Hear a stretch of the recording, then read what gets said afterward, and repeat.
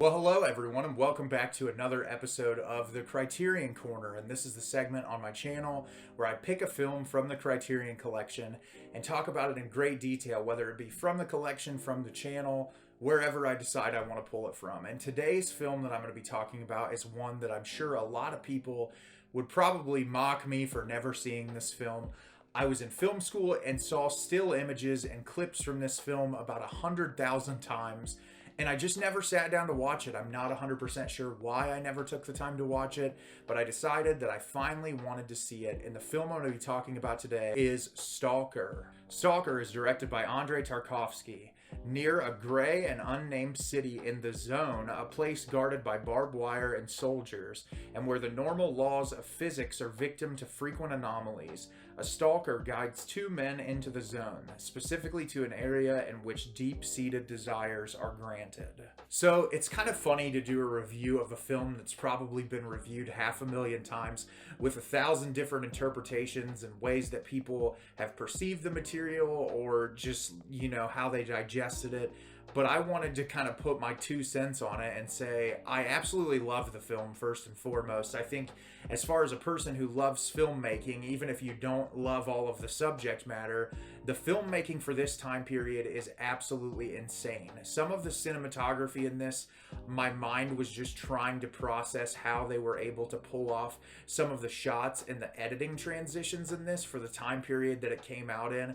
This movie is timeless. It just looks timeless. It looks like it's from another period, but it's a film that I feel like could be watched in 200 years and still be perceived the exact same way. And so, as the plot description said, you have this guy you're introduced to at the beginning of the film. He's at home with his wife and his daughter. They wake up, or he wakes up, the train's going by. His wife yells at him because she tells him that he's going to do this thing again. She says that he doesn't care about her or his daughter, and that he's just making a fool out of himself, and he ends up leaving. Well, he goes to this bar and he meets these two other guys. One is called the Professor and one is called the Writer, and they come together because the Stalker is going to take them into the Zone. And what we are told at the beginning of the film is that after this crash happens in this small town, that this area is created called the Zone. And the Zone, the government doesn't let anyone in there. No one lives in there. It's completely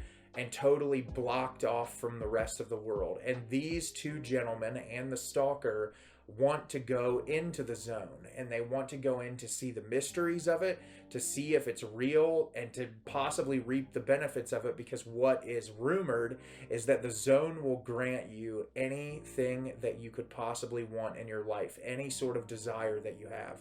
So the film is these men breaking into the Zone and trying to get to the center of it to see if their most innate desires can be fulfilled.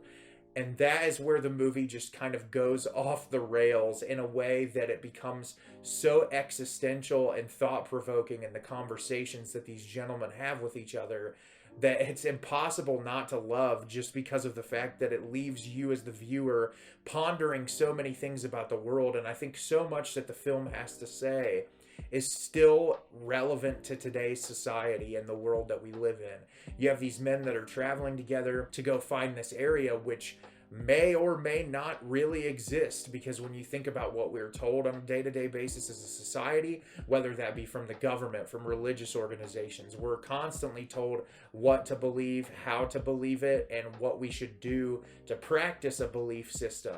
And people are mocked or belittled if they do or if they don't practice these certain religions or beliefs that people have held. And this film puts into question, like, why do we believe what we believe? Why do we pursue these things? And you have these two intellects, where you have the writer and the professor, who seem skeptical about the Zone. They don't seem like they really wholeheartedly believe in it.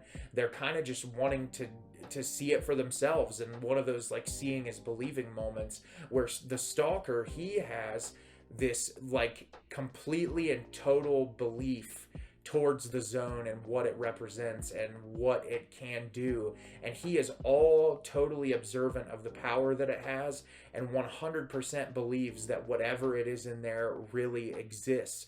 And so you have this interesting dichotomy between these characters about like belief as a whole, and why do we believe the things that we believe in, and is it true? Well, the film doesn't give you 100% whether or not it's true. It definitely leaves your mind questioning whether or not it's true, and just on belief as a whole. And then you get even more existential quandaries throughout the film of depression and self-worth, and why do we do the things that we do on a day-to-day basis. The stalker feels like his life is boiled down to this one thing, and if this one thing doesn't exist anymore, then what does his life amount to? You have the writer who thinks that he's completely lost touch with his works, and he's trying to work on something new, but will he even get validation in new material that he creates? Is there a reason to keep pursuing and creating the things that he's making? And so you have this really deep-rooted existential quandaries that are being talked about through these really elongated monologues with these characters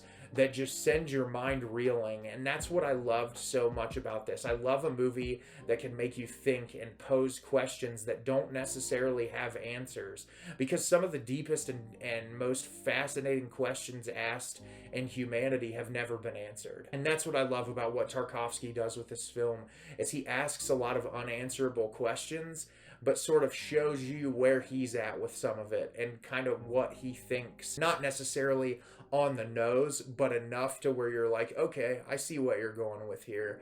And it's constant throughout the film. And like I said, it's accompanied by some of the greatest cinematography I've ever seen in a film. Some of these editing transitions in this movie, it's just like, as someone who went to film school and understands the technical aspects of filmmaking, it's just mind-blowing what they were able to pull off in this movie. The sound design, there are so many really unique sounds in this movie that I was just constantly thinking, how did they reproduce this in a studio and make it sound so ethereal and dreamlike? And you just feel, it's a 2-hour and 45-minute runtime, almost 3 hours long, but you just feel so transported into another world in a way that is so incredibly impressive. And I love this movie a lot. I don't think it's going to be for everybody, because it's very talky and it's very existential and it's very thoughtful in what it's trying to talk about, and it's very slow paced. But the thing is, if you're into those types of films, you're going to absolutely adore this one. And I think that it is a pinnacle in film history for a reason. So have you seen Stalker? Did you love it? Did you hate it? Leave me a comment down below and let me know what you thought. I think this movie is absolutely brilliant and deserves every single bit of dialogue that's thrown about it being a masterpiece. I 100% think that it is. As always, if you can like the video and subscribe to the channel, it helps me out a lot and lets me know the type of content you're looking for. I'm always putting out new material and look forward to getting more out for you in the near future. And as always, everyone, thank you so much for watching, and have a great rest of your day.